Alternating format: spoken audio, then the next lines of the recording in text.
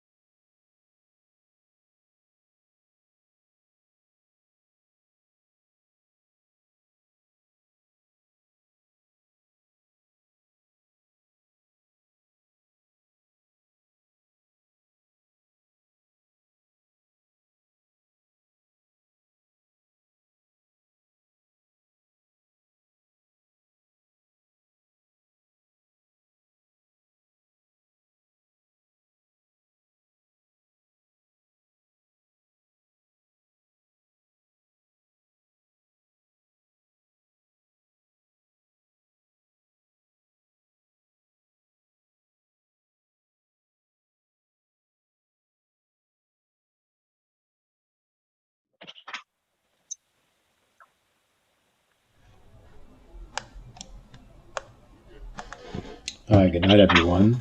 My name is André M. Zachery, and I am the artistic director of Renegade Performance Group. Everyone. My name is I André. want to thank everyone for attending our performance of Ephemera tonight. Our virtual season of Ephemera tonight. This was the first virtual season of Renegade Performance Group, and we're going to get started with our artist Talkback.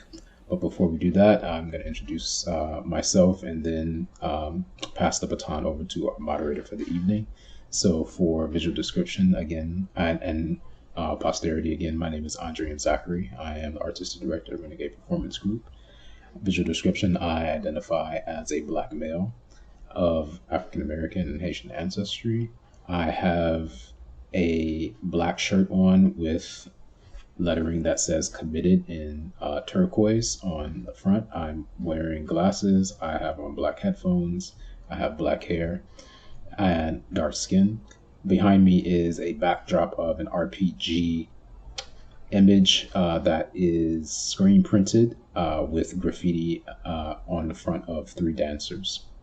I'm currently coming to you from Brooklyn, New York, which is also the unceded lands of the Lenape and Canarsie people. And from here, I will be passing it over to the moderator, my good friend, Jan Tande, and I will introduce Tande very quickly and then allow him to take us into our artist Talkback. Jan Tande, Whitney V. Hunter, he, him, is a Chicago-born and bred dance performance artist / culture worker. He works to cultivate the spirit through performance and education.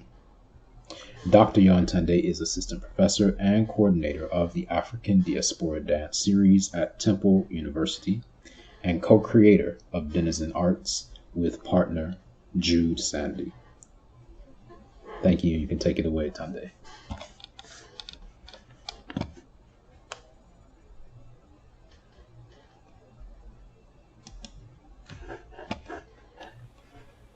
Excellent. All right. Hello. I guess that's me. I'm on. All right. I'm working 2 systems here, so we're virtual. All right. So thank you, everybody. Thank you for joining us tonight. I'm really excited to be here and to have this moment to talk with you, the artist of Renegade Performance Group. Again, yes, I'm Dr. Yatande. I have an indigo shirt on with raw crystal that was made by a dear creative friend, brother, sister of mine. What else? I have black frame glasses and yeah. that's where I am. I'm in Lenape land, which is also called Philadelphia. Um, and yeah, I think that's what I have to offer you today. Um, so yeah, so I want to start by learning who else is here.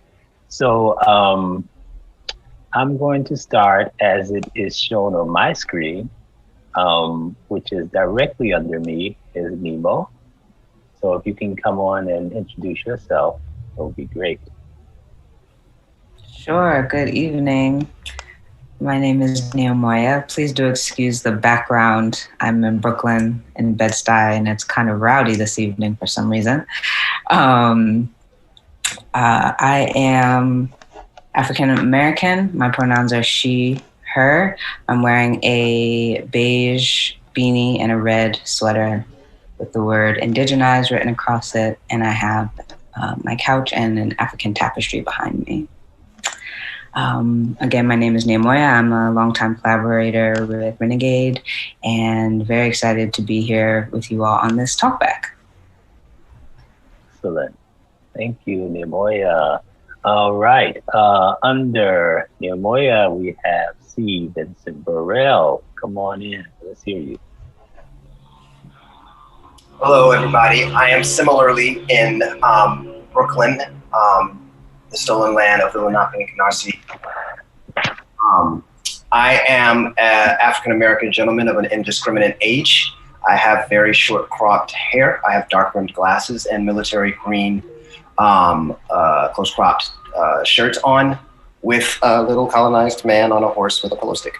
And I'm happy to be here. I am currently the professor of theater at the Boston Conservatory at Berkeley.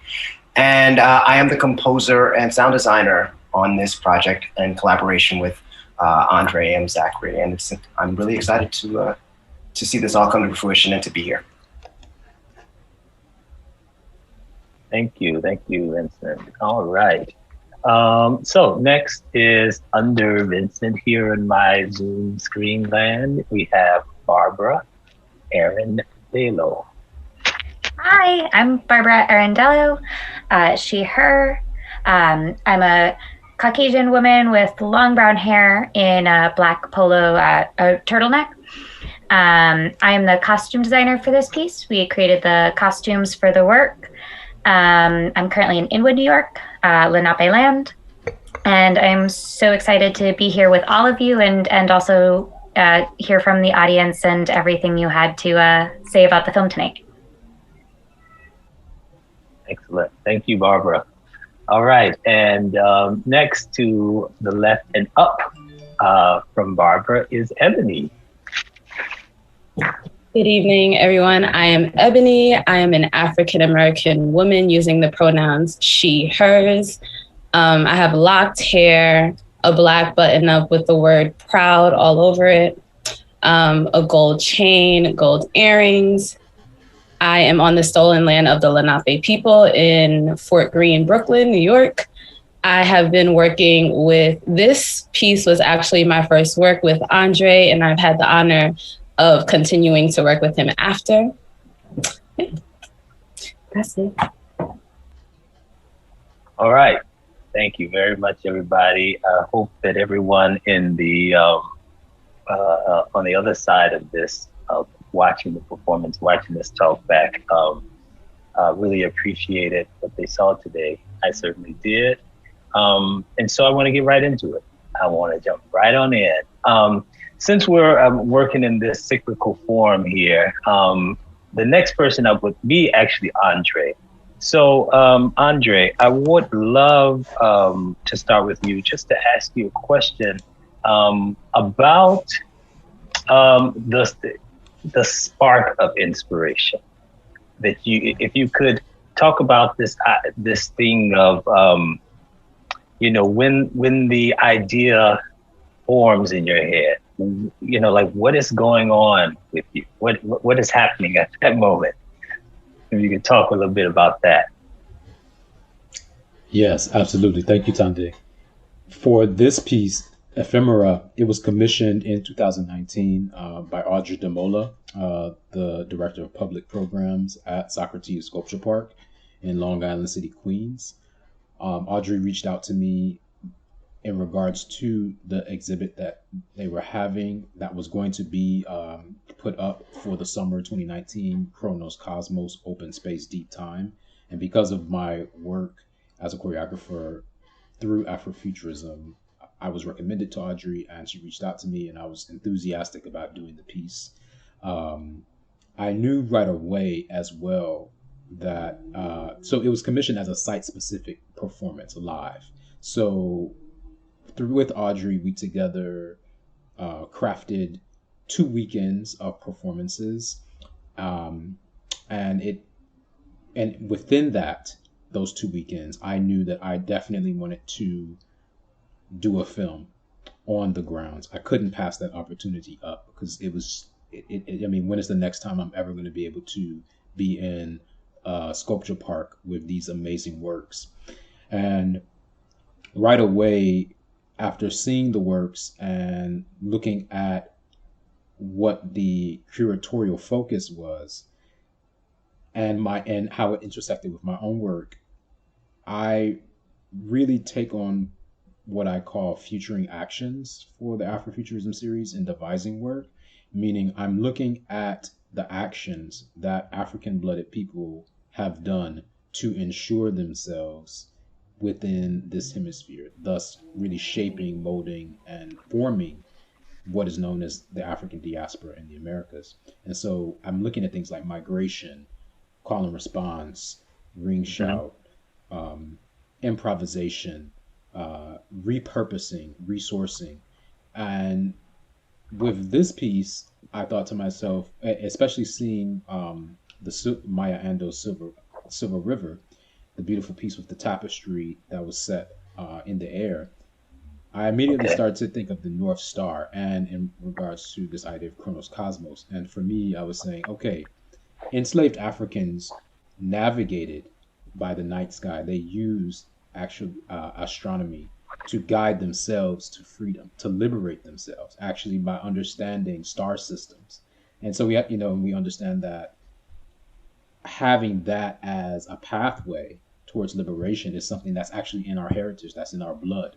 And so deep science is actually a part of Blackness, right? And so for me, that I was just like, okay, that's the piece. And so I'm asking myself, okay, how have we used this sense of trajectory? What is our guiding light that has taken us from whence we came to where we are now and to where we are going? And in a way, kind of using that to map our trajectory through this park, not just for ourselves, but for the viewers. And then more specifically, tracing that through the film itself. So that was the inspiration, kind of the spark that built what the piece is. Excellent, thank you. I purposefully use that idea, that word spark, because we think about stars, we think about galaxies, you think about the burst of stars, things like that. So I really am interested in, this idea of, this spark, this intuitive spark that happens in the artist. So thank you for sharing that process. I want to bounce it to Vincent, because I would love for you to give us a sense of how that relates to the use of as we grew up saying it, the Black national anthem, or formerly the Lift Every Voice and Sing song. So we hear that, this James Weldon Johnson and Rosamond Johnson in the beginning to open the piece. So I wonder what that is for you. What can you give us a little bit in terms of your inspiration of that? Certainly, thank you. It's interesting, and this is something that we have played with conceptually in the past, largely because we've always wanted to reimagine things that have come before us, because we create and we don't throw away. We create, and then those things continue to exist and be relevant in growing ways. And so expanding upon the Lift Every Voice and Sing, the Negro National Anthem, allowed for us to say, okay, this is rooted in tradition. and it's rooted in a history that we cannot change and will not go away. So using that as kind of bedrock and changing the sound tapestry that we're accustomed to hearing it, and allowing it to soar in a way that kind of, in my mind or in our minds, addresses the idea that the foundation is up and the foundations continue to go beyond what we can see. And there's a limitlessness to it. So it's out of time, it's out of rhythm, it's out of the cadence that we're accustomed to, because those things are rooted in a history that is colonial. That is one aspect of it. Then the idea of, okay, if the sky is limitless, we want it to soar so that it exists amongst the stars, and that is the guide. Those are the markers that lead to freedom. So freeing ourselves and freeing the mind from time and rhythm and those things that bind us to the ground and keep us rooted, and allowing it to soar in a way that's a little bit different and that allows for a little bit of aspiration, but still and growth and boundlessness, which was a word that we used yesterday. While still addressing, with the harsh timbres, the structures and the things that have kept us in a position of pain and trauma. And so I wanted that energy of freedom, but I didn't want to disassociate it from its sense of trauma. And so this is the sound tapestry and sound palette that we ended up coming up with. So that's really fabulous. I love, at one point as I was watching it work, there was a moment, I believe it was when I call it it looks like a rusted, ship where you go in, and it's the one with the doorway. I call it the doorway. And at that moment, this real kind of beat came in, and it started making me think about the idea of, there's no space doesn't carry sound, to the way that we understand sound. But it's really interesting to think about all the ways that we have experienced as, film viewers, as, TV, experience the idea that creatives make sound this audible to us, give a space, a sound. And so it's really interesting to me that, and looking at that point in the film and thinking, oh, maybe that's what sound sounds like. It's got this real kind of like heavy beat, you know what I mean?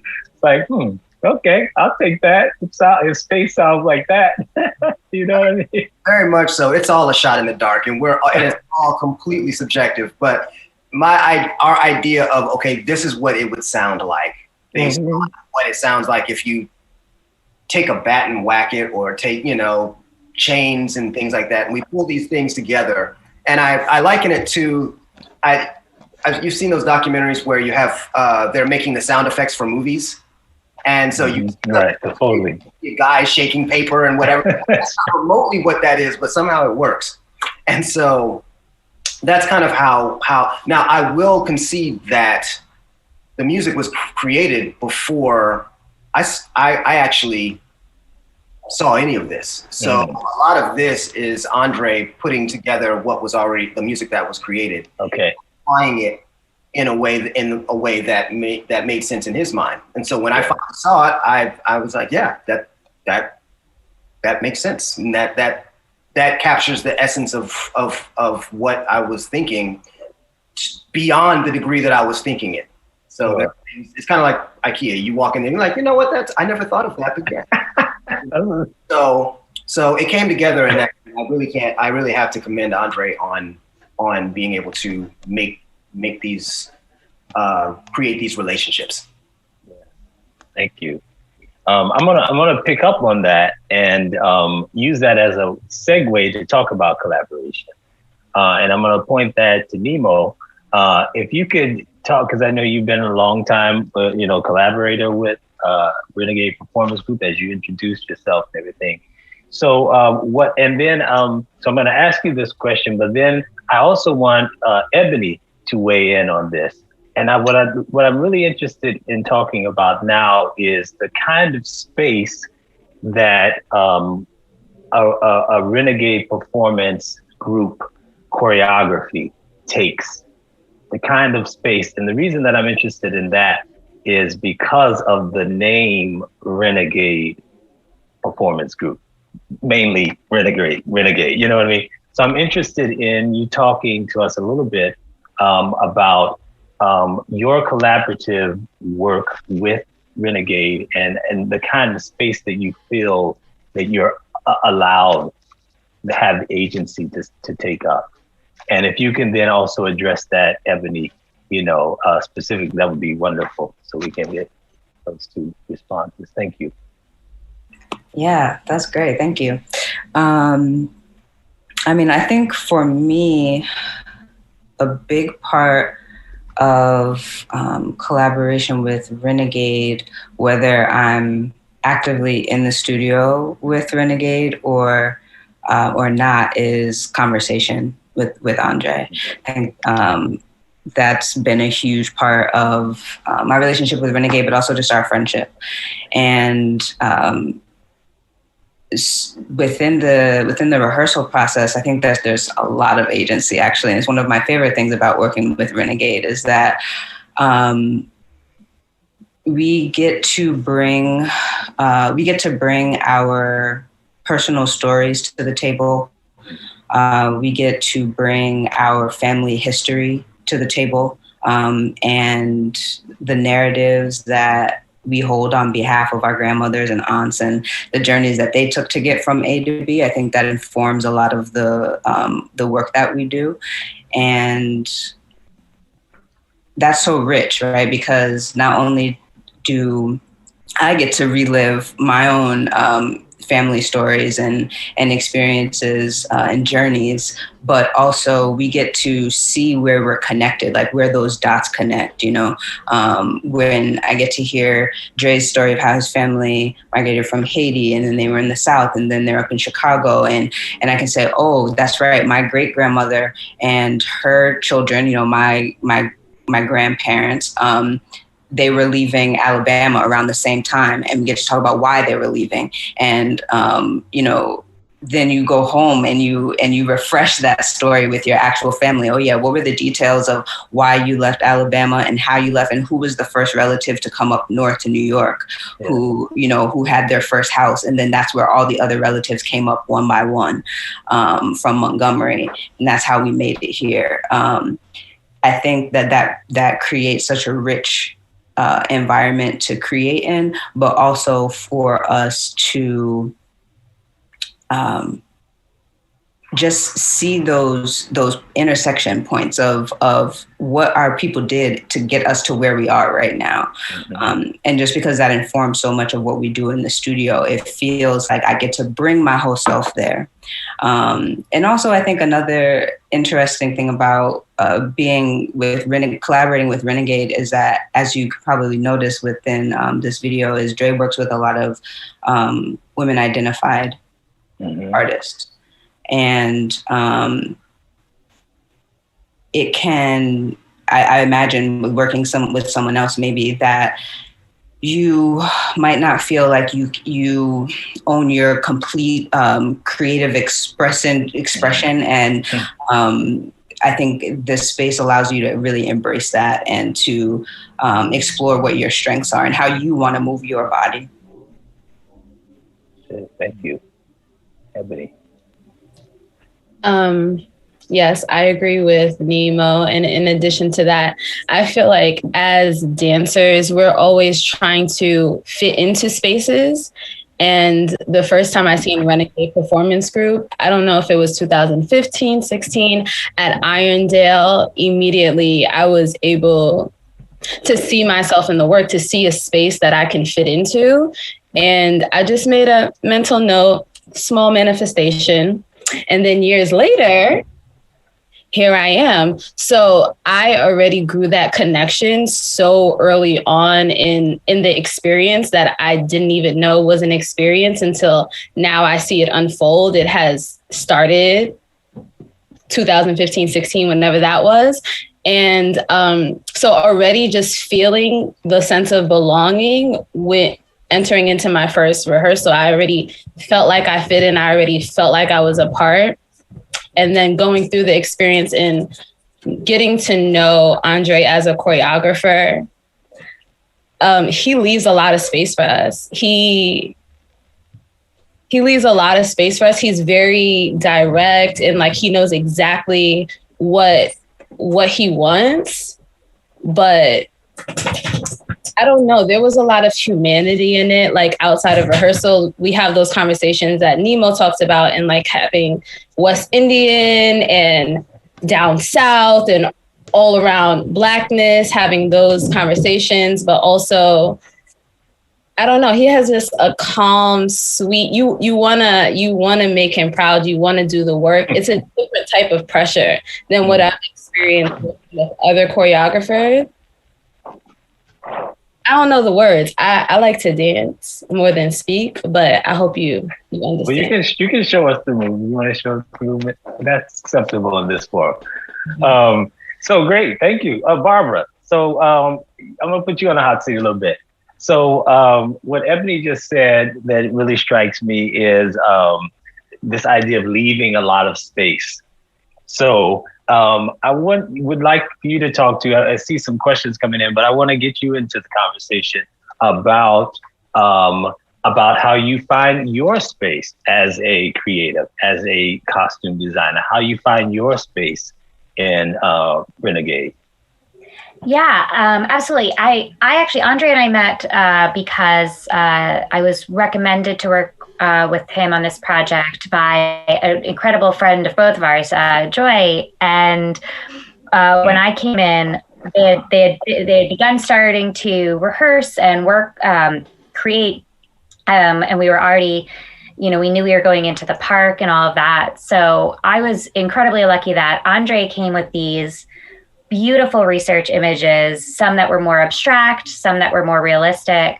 And from there, we almost treated the costumes really like the sculptures that we were going to be around in the park. So we originally came in with, I like to work in the rehearsal room as much as is possible. So we got together during a rehearsal with all of the performers and literally took pieces of different fabrics and different things we reacted to and draped things on, pinned things on, cut things off, and really played around with how much to add, how much to remove, how much weight we wanted to give, and how much freedom we wanted to give. Because there's this balance of that, just like in the choreography and in the dancing and in the sculptures. We wanted to add movement and also really respect the incredible bodies of the performers that we were so lucky to work with. And then from there, we kind of take it all away and try and make it work and fit it and come back. I remember we actually also made some changes, I think, when we got to the park, because we realized it was, as Ebony was talking about last night as well, it was incredibly hot when we did this, which I had kind of forgotten. And I think we had like long sleeves at one point. We were like, oh, this is not, this is too much for this. So, so there's also that reaction to the performance venue, the space as a collaborator in the work too, not just because of the sculptures, but because of the sunlight, because of the heat, because of the time of year it was. So yeah, I mean, my biggest hope was to try and react to what all of the other collaborators were giving me and hopefully give back what aided the work, as opposed to just adding on to it. Yeah, thank you. Yeah, it was really wonderful. There was a wonderful moment in the piece where the whole group is standing on the green. It's and in the background are the New York skyline, basically. And it just struck me, like these bodies in space, and then the costuming and how that moment of the planned moment, in terms of like, okay, this is the choreography, this is where you should end up. But then, you have the the occurrence of the accident, which is this line of trees. And then if you know New York, you know beyond that is the body of water. And then there's the bridge over there. And then all of that becomes part of this wonderful composition that that happens in the space that sometimes you can plan and frame as a director, and sometimes it just happens. It just kind of reveals itself. And there's a moment that at the end of the tree line, there was one brown tree. I guess that tree needs to be removed because it looked like maybe it was dying. But just the contrast, the dissonance of that brown tree and then this row of green really is this wonderful relationship between, you know, presence and what happens in space and time cannot always be planned. And so I'm gonna try and segue that into a very specific question that someone has here. And I think it could be, you can address by any of you on the panel, any of the artists on the panel. And the question is around the role of improvisation in the piece. And if I can go further to even frame it even more, I would love to know the idea of improvising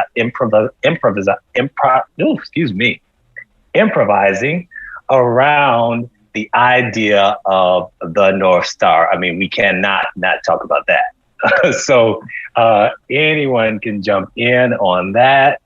There it is.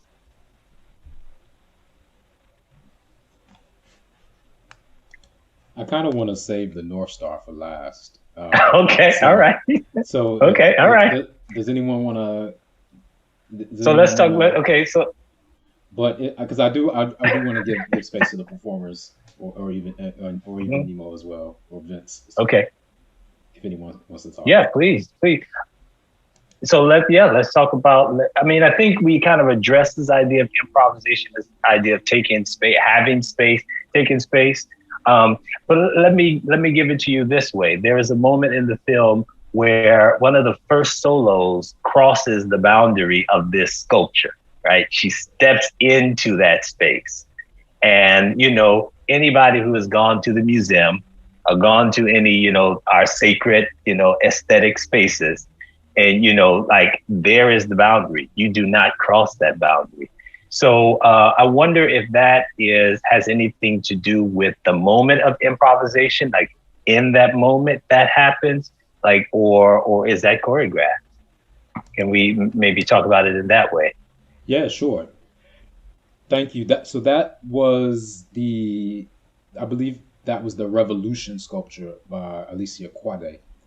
Okay. And that was the one with the kind of the framed orb, or that's right. Planet, yeah. And that performer was Lex Crooms, and so there is set choreography for that, but then within those movements, I did set 3 points of improvisation. This entrance within the choreography, this moment of improv, and then the exit. So I gave 3 distinct markers, if you will, for Lex to hit. I didn't give a time or a set duration for Lex. So it was something more that I was really encouraging Lex to really sense and feel for herself. A moment I really loved in that shot that we got, and we worked really hard on that for the timing. As Lex is moving, you can see this passage of the other performers passing along the grass in the background and going into then the sculpture. And it was one of the first times it was like, wow, you can actually see migration happening, right? Or you can see stealing away happening. You can see this collective movement from, as I believe Ebony Nemo was saying, from A to B, from this place to place. And so that was a really special moment. I'll also take it back one more when you were speaking about the sculpture that was shaped like a cylinder. That's called Vessel by Radcliffe Bailey. Okay.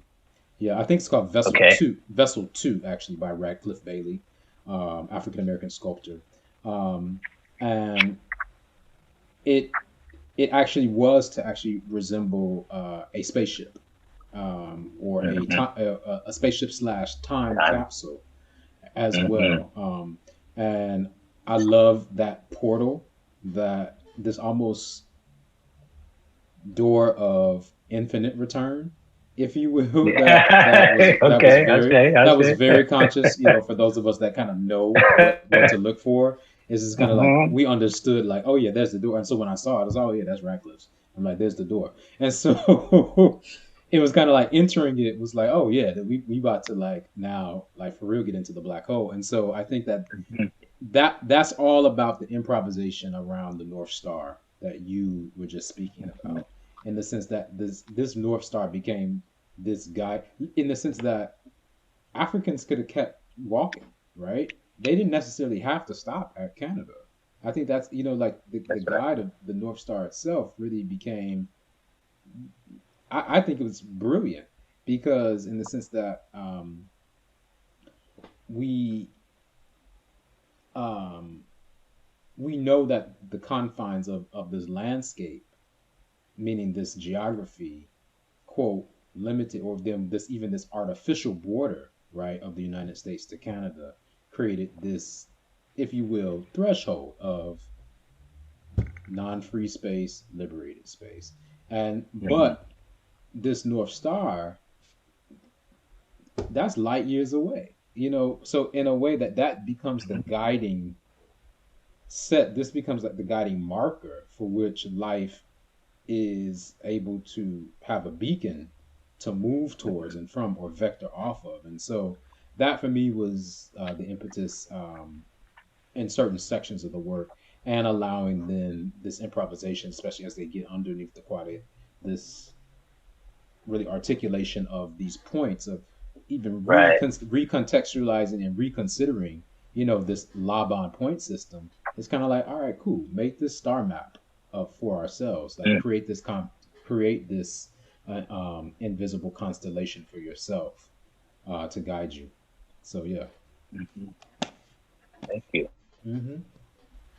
What I love about what you just said, if I can jump in there, yeah, please do, is like this time watching the film, I was thinking about like that moment that you're talking about, where it's the first time, like you cross that threshold, it's the first time that you can actually see migration. And seeing it that way made me think of, like, okay, well, what's the perspective of the camera? What does the observer want us to know? Or how does the observer feel about this movement that's happening? Like, how when you're watching a movie, you can tell by the way it's being filmed that either something bad's about to happen, or the subject is supposed to know that they're being watched. You kind of always tell the perspective of the camera, and I couldn't really find one as far as like a human sentiment. But I noticed that there was one point where there was a few points where it felt like, okay, maybe this person was shooting from really low and they were like by a bush. Or some of it felt like it was being shot from the grass, or some of it was being shot from the sky. And all of it made me feel like that was the perspective of the camera, right? Like that it was in a way, it was the natural world watching this migration happening. Like the grass looking up and being like, I see y'all in the sky, like, I knew y'all were coming. Yep, north is this way. And so, like, seeing that, and even with the North Star, is this idea that the natural world has always supported the movement forward. And I think the camera work, and I don't know how many cameras there were, but I think the camera work supported that theory. And I feel like it was brought out in other ways, which is really, really beautiful. Thank you. Yeah. Anybody else want to have a say about that?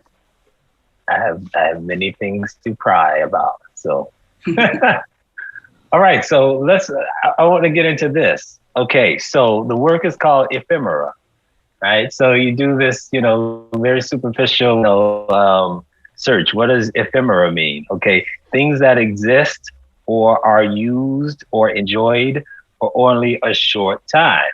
But then we have this concept within the piece that is talking about the body as a living archive. So if the body is a living archive, but this piece is about things that are coming and going, how do you navigate that? How do you negotiate that in your body, Ebony, as a dancer? How do you deal with that? I think that you pick up on what is going through, what is passing by. When you can relate to it, and it's tangible and it's beneficial, it becomes a part of you. And then as time goes on, you're building this archive, and you hope to leave an impression when you actually go. You still have this archive, this bookend. Yeah, that's awesome. And Barbara, what does that mean for the costuming? I mean, it's only used for this piece. So talk to us about how maybe the material, material as an archive, right? A body.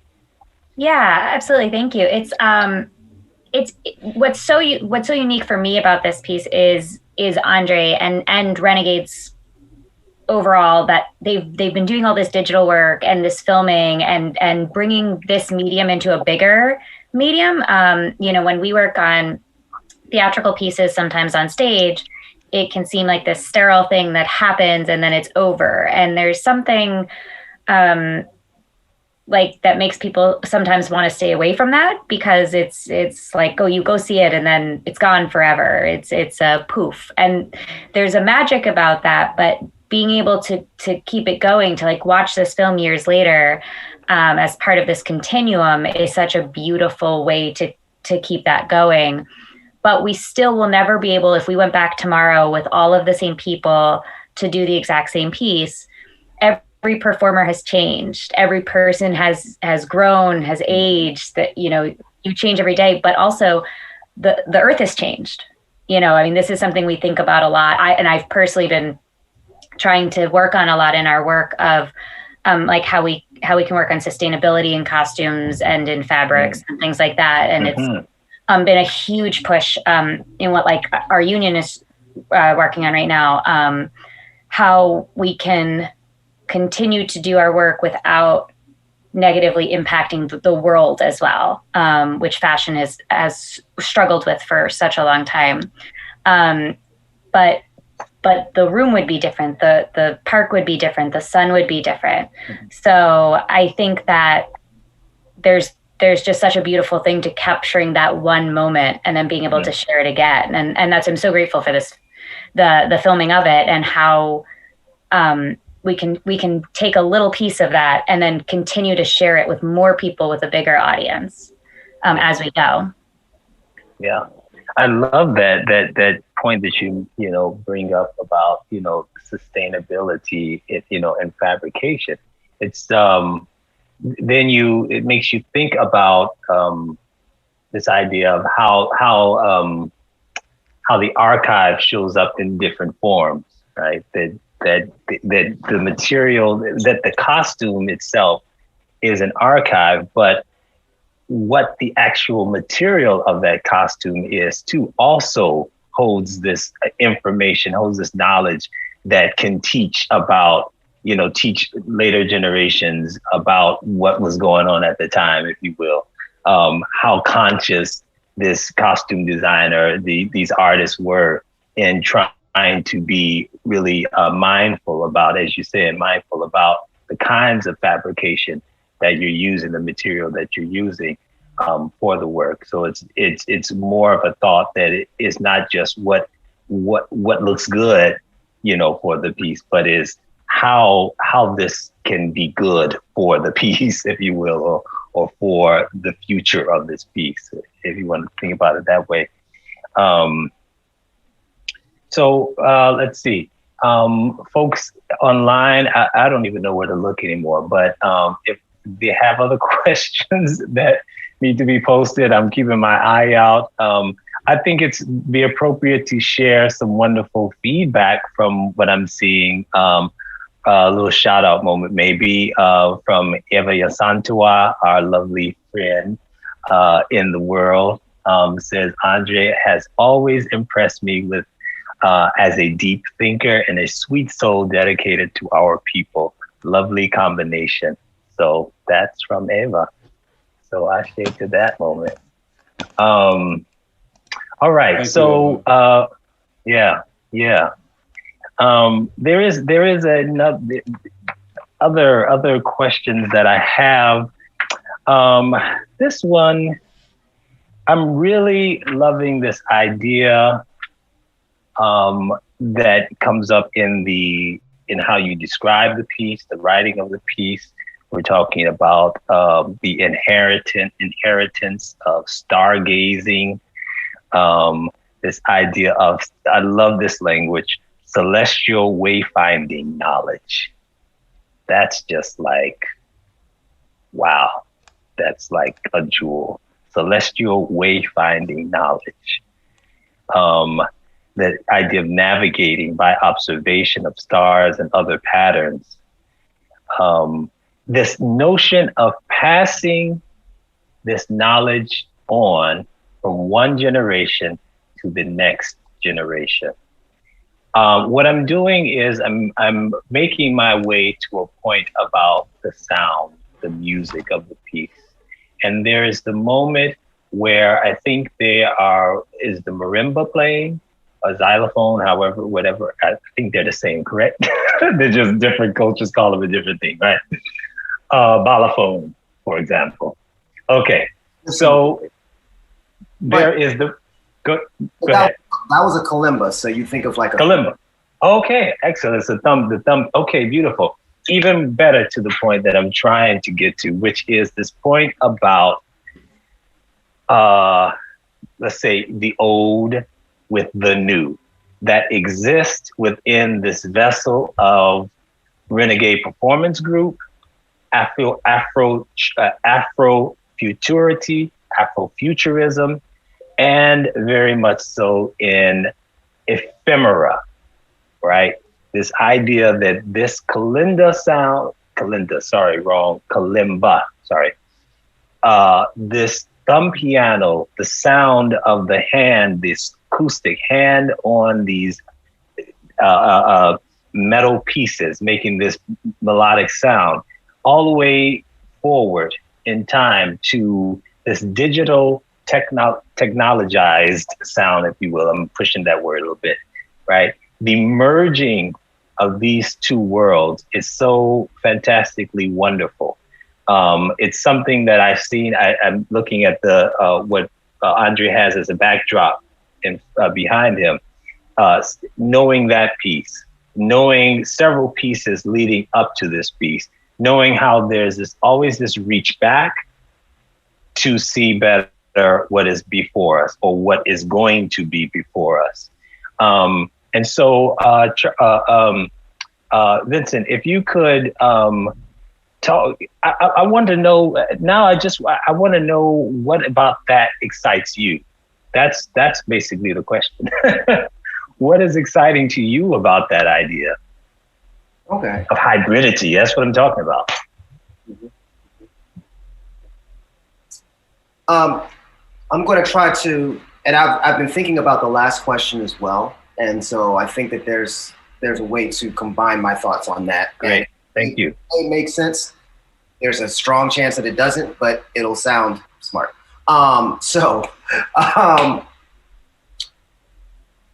When we think about going back to the concept of ephemera and it being a moment in time, I think about this and thinking that, okay, an age is 2,160 years or so. So when we think about the breadth of time, let's suppose that our struggles in this period of time, this passage of how many hundreds of years, is in the grand scheme of an age, a photograph, a capture of a very short, comparatively short period of time. Now it's long to us because human life is comparatively very short. So in looking at how ephemera in definition rubs up against the open-ended concepts of forever. I feel my place is that I created the music for it to be able to transcend time in its formlessness, so that it doesn't get married to a certain time. Even though it speaks of or references a time, a comparatively short time in the manner of a celestial age. So I guess it depends on perspective. And if we're looking to the stars as guidance, well, there are stars that we're looking at that don't exist anymore. Yeah. Wow. Because it takes so much time for that message to get to us. And so you have to think comparatively, those of our ancestors who were using these stars to move to freedom, those stars have passed on like our ancestors, but they're still guiding us. And so I want this to continue to be a vehicle that is timeless, even though it references a short period of time. Now, for me and Andre and in our relationship, and we are good friends. The three of us are good friends, and so it. I look at the sense of how Andre knows that I have a background in indigenous music, and music of West Africa, music of the African diaspora, as a drummer and as a person, and other instruments other things that I do that are more contemporary and westernized. But I have a foundation in musics of the African diaspora that are hundreds and thousands of years old. Andre has tended to be pushing the envelope of what's next. Many of you do know or don't know, I'm not sure, but before Andre was a professional in this, Andre was studying to be an architect. So, and the whole concept of being an architect is piecing together pieces of what has come before us to create something new that can be used tangibly. And so that's what he's done with his work architecturally. He's used the foundations of the past to create structures that can reach up into the future. And so his works have that. And so his soundscape has tended, what he's looked for in music has tended to not live in what's preceded, but where things can go. That's the future of Afrofuturism side of it, in my mind. And mind you, all of these things that I'm saying in absolutes, they're sheerly my perspectives on, they're my absolutes. I could be completely missing the book. But so doing that, it's so in that, I'm like, well, okay, I have one foot in where things could be going and one foot in where things have been, which is what my studies have been. We study the past because the future has yet, and we hypothesize about the future. And so what you hear in my music, particularly for this, is my allusions to the past with the Negro National Anthem, the sense of groove, the sense of rhythm. Some of these grooves are grooves that we understand from music of today, music of a few years ago, but also keeping it open-ended so that it can exist in that next age, in the age of Pisces or whatever, wherever we're going. So that if the music were put in one of those time capsules, then once the future comes and walks back through that door and it sees this, they'll have an understanding of the language of it because it's relevant to them too. And that's the reaching for the stars aspect of the music. And so that's what that's in theory a roundabout way of how I was trying to work this. Now, mind you, speaking to it now, I can kind of philosophize it in a way, but Yeah. I was creating it. I'm throwing ideas at the wall, and we can and then we can rationalize it later. That's right. The creative process allows for that. But that's the process, and and so that's my thinking, and I think that ideally, that being a blueprint for a lot of the work that I've done with Renegade over the years, that has been a through line. That has been consistent. André is consistently trying to keep a foot in his foundations, but also extend beyond the status quo, the identity politics, all of that, and saying, okay, let's reach. Let's suppose that all of this is only relevant now, but won't be next year or in the next lifetime or the next age. So how do we talk to our future selves? That's awesome. I certainly, being a viewer of the work, this work and other works, and in seeing Andre's teaching, all of that you're talking about, this idea about foundation, structure, building. You see that very physically, very explicitly in the physicality and the vocabulary of the work as well. Even if it's not a work that has anything to do with that subject matter, this presence of how can I, this question, how can I build a structure of support? So that is awesome. And that is very much on point and very present in the work, even in the video work, by the way, right? So you see this presence even in work that is digital, that is you're meant to engage in this virtual way. You see this presence of construction, deconstruction, deconstruction, all of these sort of stripping it down to see what the frame is, what is the frame that we're working in, and then how do we build on that frame. It's awesome. It's awesome. Question, what was the most memorable part of the experience? Something you can still feel with you. Oh, this is awesome. Yeah, this is a great question. Something that's still resonating with you. I love that question. As from an audience. Yeah, let's go to André. Why don't you start us off? The makers sometimes, you get in and you get out and you're like, I just want to. Yeah, let's start us off. No problem. So coming to the park was the scale of the works. I wasn't actually prepared for just how wonderfully massive the scale of the works were. Once Audrey welcomed me to the park, and just to see how much space we actually had to exist, that's something that definitely stayed with me. I mean, to have that many amazing sculptures in one place at one time, and then literally to have the permission to play. I think that's the other thing. Big up to Audrey as a curator.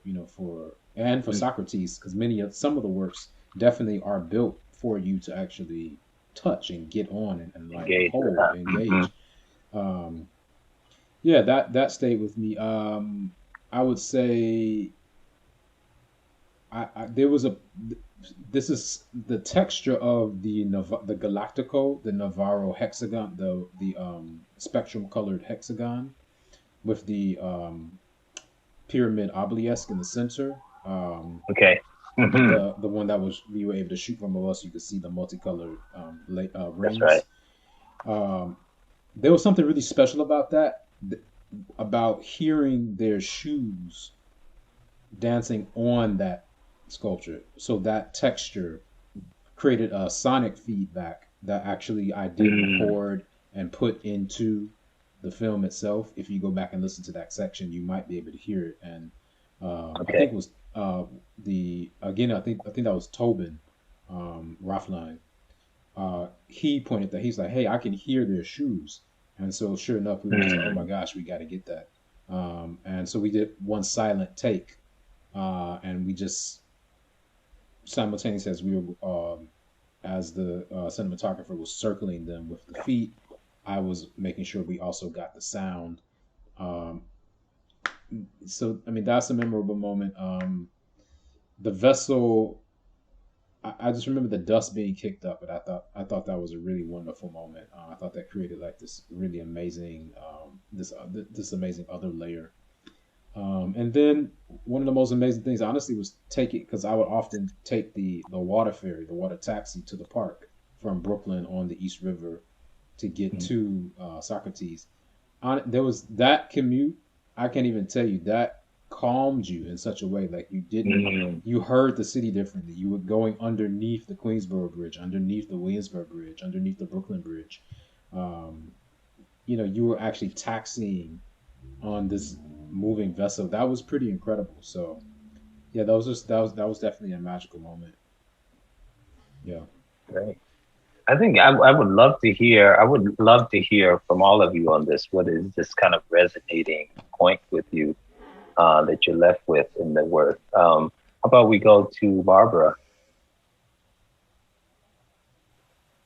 Yeah, I mean, I think, and this is certainly like part of the zeitgeist of what I'm in right now, but like just the experience of physically being with everyone during that time. I mean, really, I took that forward for so long. I mean, it was such a talented group of people, and also just really,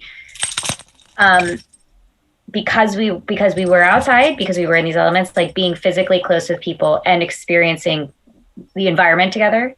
The beauty of the park, the beauty of the water, and also the highs and lows of the temperature and the space, and just really taking what I learned from everybody there, and that stuck with me from this project on.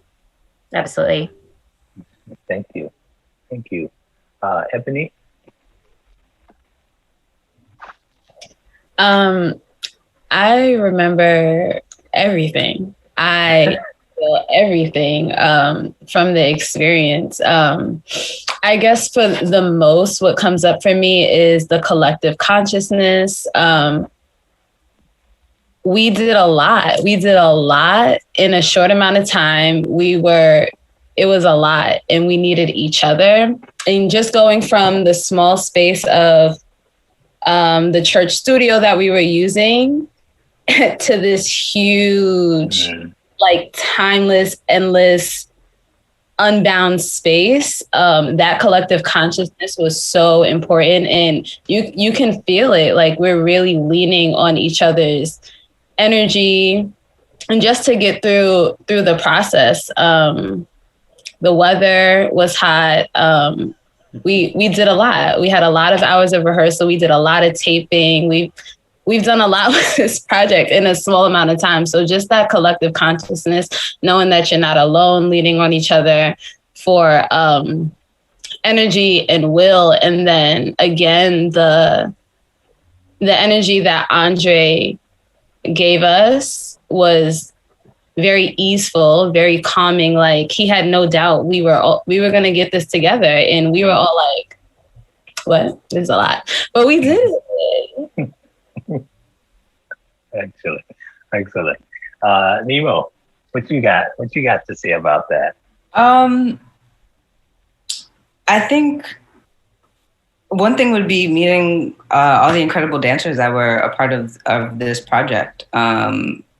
I had never, except for Candace, none of the dancers who are in this video have I myself had I met before this process. So meeting new RPG company members was definitely a highlight. And then there was one time that's like popping up in my memory. This was, I don't know if this was like a dress rehearsal or right before the show on show day, but I remember there were these, like the space is huge. There were speakers on like different ends of the park. And like it wasn't sounding right. It was like bouncing off of trees weird or bouncing off a building strange. And like Andre would go to one side of the park and he's like, yeah, it doesn't sound right over here. And Vince is like, I know what to do. And he like runs over to his computer and like does something and changes the way that the music sounds in the space and how it's, you know, moving with the environment. And it's interesting to see how world building happens in outside spaces with like site specific work, because you don't have the same type of hands-on control that you would in a studio or a theater, especially with Dre's work, because his visual art and tech is so much part of the world building when it's in a theater space, on top of the music and costuming. But in outside, you know, that world is built for you in a lot of ways. And so to see that exchange between the artists and how they were navigating the environment was really special to see and impressive. Thank you. Thank you. Vincent.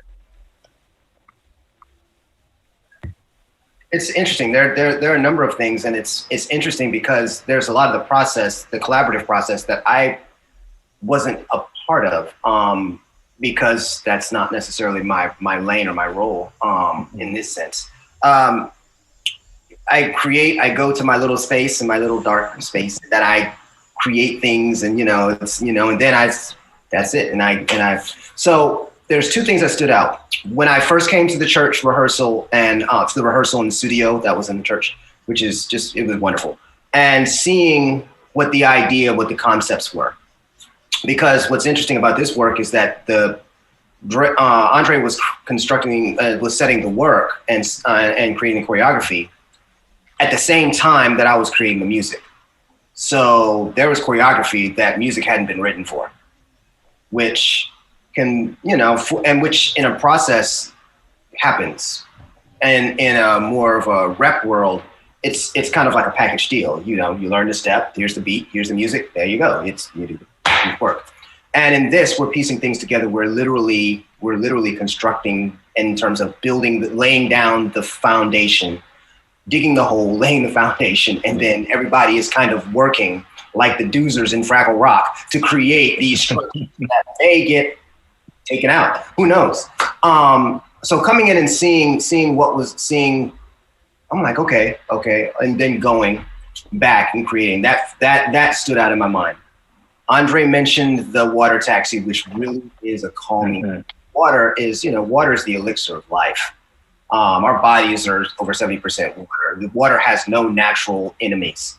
So being able to be out on the water, thankfully it was hot because I don't know what it's like when it's cold. I don't think I want to be on a boat when it's cold.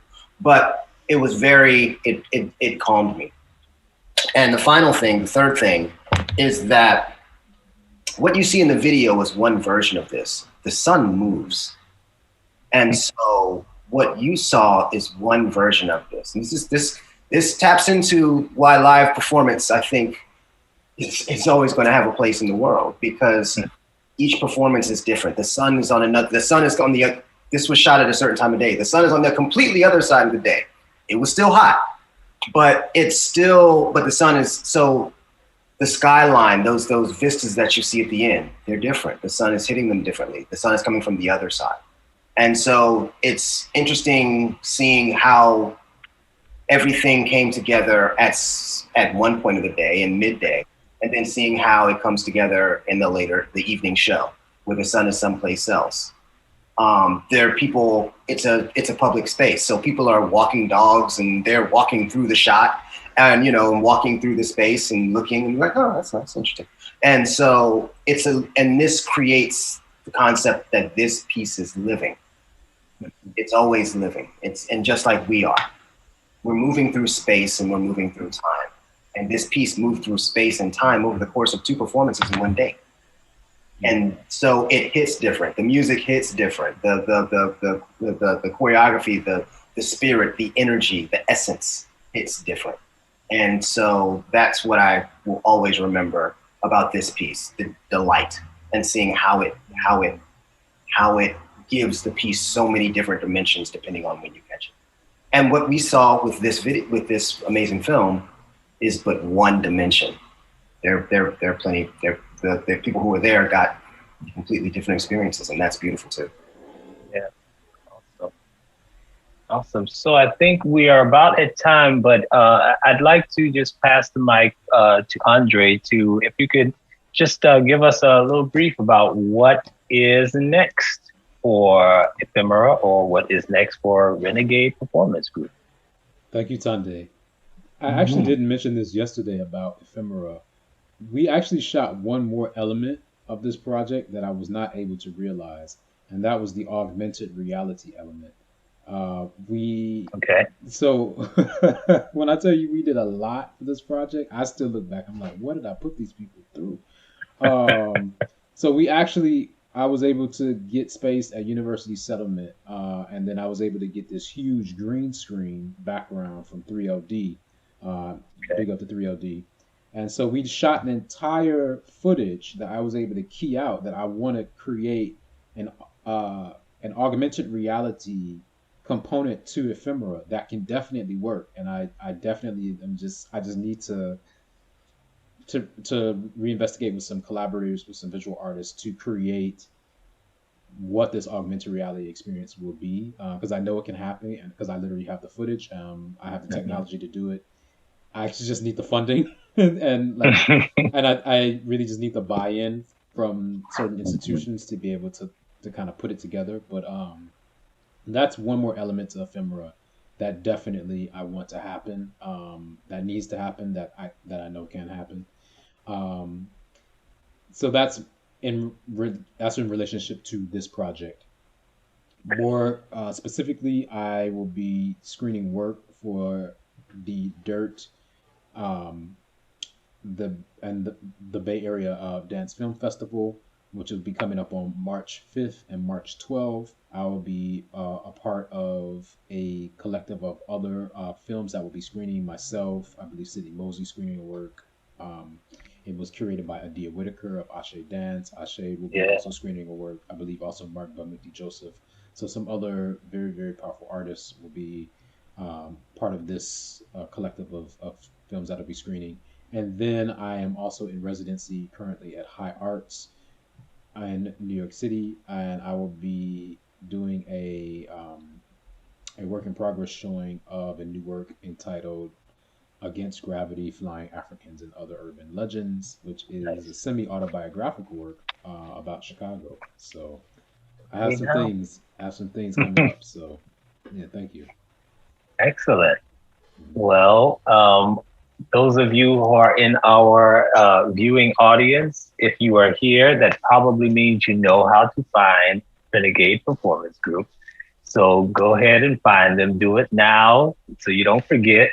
Find them on Instagram or Facebook or at the website or however you communicate nowadays in this world we're living in. I want to say a personal thank you for the invitation to moderate. I hope I have done you proud and have allowed and provided a platform for your artistry to shine through, which is always my honor to do when I talk to artists, is to have a place to provide a space. So thank you, Renegade Performance Group. Thank you, Vincent. Thank you, Nemo. Thank you, Barbara. Thank you, Ebony. And thank you, Maya, who's in no video land there. And thank you all of the people who are on the other side watching this. And I hope you stay in contact with Renegade Performance Group. And I think that's it. That's what we got. Thank you very much. Have a good night. Good night, and thank you, Tande. Thank you, everyone, for attending. Okay, thank you. Stay with us.